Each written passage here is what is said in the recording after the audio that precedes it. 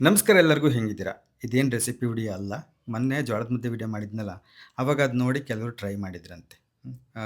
ಭಾಳ ಗಂಟಾಯಿತು ಅಂತ ಕೆಲವರು ಅಂದರು. "ಏನೋ ತಮ್ಮ ನಿನ್ನವೇನೋ ಚೆನ್ನಾಗಿರ್ತವೆ ರೆಸಿಪಿಗಳು ಅಂತೇಳಿ ನಾನು ಟ್ರೈ ಮಾಡಿದರೆ, ಅದು ಗಂಟು ಬೀಳ್ತಲ್ಲ, ಅದೇನೋ ಒಳ್ಳೆ ನೆಚ್ಚಿದೆಮ್ ಕೋಣ ನೀತು ಅನ್ನಂಗಾಯಿತು. ನಾವು ಹಿಂಗಾದ್ರೆ ಹೆಂಗೆ?" ಅಂತ ಅಂದರು. ನಾನು ತೆಗೀರಿಲ್ಲತ್ತ.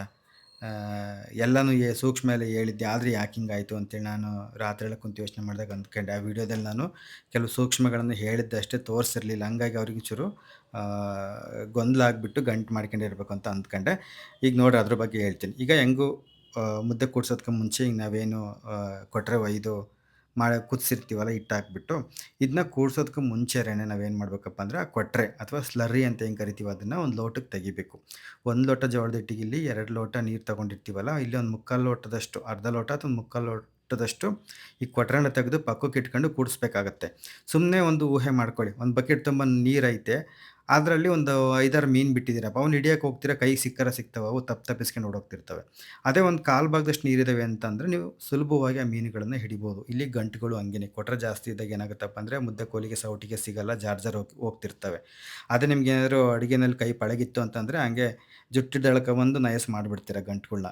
ಆದರೆ ಹೊಸಬ್ರಿಗೆ ಕಷ್ಟ ಆಗುತ್ತೆ, ಹೊಸಬ್ರಿಗೆ ಮಾತು ಕೇಳಲ್ಲ ಸಣ್ಣ ಸಣ್ಣ ಗಂಟುಗಳು. ಅದಕ್ಕೆ ಈ ಥರ ಮಾಡಿಬಿಟ್ಟು ಆಮೇಲೆ ಎತ್ತಿಟ್ಟಿರ್ತಕ್ಕಂಥ ಕೊಟ್ರೆನ ಇದಕ್ಕೆ ಹುಷಾರಾಗಿ ಹಾಕ್ಕೊಂಡು ಹುಷಾರಾಗಿ ತಿರುಗಬೇಕು. ಯಾಕಂದರೆ ಸ್ವಲ್ಪ ಮಖಕ್ಕೆ ಸಿಡಿದ್ಬಿಟ್ರೆ ಸುಡ್ತಿರುತ್ತಲ್ಲ, ಆಮೇಲೆ ಅದೇನೋ ಊದೋದು ಕೊಟ್ಟು ಬಾರ್ಸೋ ತಗೊಂಡ್ರಂಗಾಗುತ್ತೆ. ಆಮೇಲೆ ಹುಷಾರಾಗಿ ಹಿಂಗೆ ತಿರುಗಿಬಿಟ್ಟು ಮತ್ತೆ ಮುದ್ದೆನ ಯಥಾಸ್ತಿ ಮೆತ್ತಗೆ ಮಾಡ್ಕೋಬೇಕು ನಾವು. ಈಗ ಹಿಂಗೆ ಈಗ ಒಂದು 50-60 ಭಾಗ ಬೆಂದಿರುತ್ತೆ. ಆ ಕೊಟ್ರೆನ ಉಳಿದಿರೋದು ಅಷ್ಟು ಬೇಕಾದ್ರೆ ಹಾಕ್ಕೊಳ್ರಿ, ಇಲ್ಲ ಅಷ್ಟೇ ಸಾಕು ಅನ್ನೋದು ಬೇಕಾದ್ರೆ ಅಷ್ಟಕ್ಕೆ ಬಿಡ್ಬೋದು. ಅದನ್ನು ಕುಡಿದ್ರೂ ಏನು ತೊಂದರೆ ಇಲ್ಲ, ಅದು ಕೊಟ್ಟರೆ ಚೆನ್ನಾಗಿ ಕುದ್ದಿರುತ್ತೆ. ಆಮೇಲೆ ಜೋಳದ ಮುದ್ದೆ ಬೇಯೋದಕ್ಕೇನು ಭಾಳ ಹೊತ್ತು ಹಿಡಿಯಲ್ಲ, ರಾಗಿ ಮುದ್ದೆ ಹಂಗಲ್ಲ, ಅದು ಜೋಳದ ಮುದ್ದೆ ಗಾಢ ಬೆಂದ್ಬಿಡುತ್ತೆ. ಹಿಂಗೆ ಚೆನ್ನಾಗಿ ಎಲ್ಲ ಕೂಡ್ಸ್ಕೊಂಡಾದ್ಮೇಲೆ ಗಂಟು ಏನು ಇರೋದಿಲ್ಲ. ಆಮೇಲೆ ಒಲೆ ಮೇಲಿಟ್ಟು ಇನ್ನೇನು ಪ್ಲೇಟ್ ಮುಚ್ಚಿ ನಾನು ಯಥಾಸ್ತಿ ವಿಡಿಯೋದಾಗ ತೋರಿಸಿದ್ದೀನಲ್ಲ, ಹಂಗೆ ಚೆನ್ನಾಗಿ ಮಾಗ್ಸಿ ಮುದ್ದೆ ಕಟ್ಕೊಂಡ್ರಿ ಅಂತಂದರೆ ಹಾಗೇ ಹೋಗ್ಬಿಡುತ್ತೆ. ಪೂರ್ತಿ ವಿಡಿಯೋನ ಇಲ್ಲೇ ಲಿಂಕ್ ಕೆಳಗಡೆ ಅಂಟಿಸಿರ್ತೀನಿ, ಹೋಗ್ಬೇಕಾದ್ರೆ ನೀವು ನೋಡ್ಕೋಬೋದು.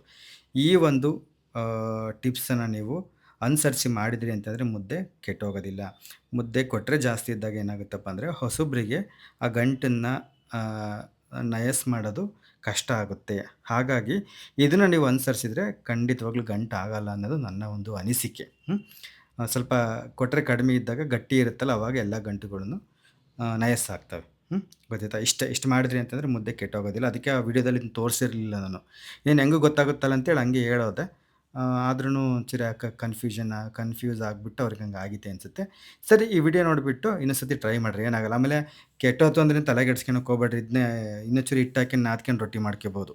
ಸರಿ ಆಯಿತು, ಟಾಟಾ, ಬಾಯ್ ಬಾಯ್.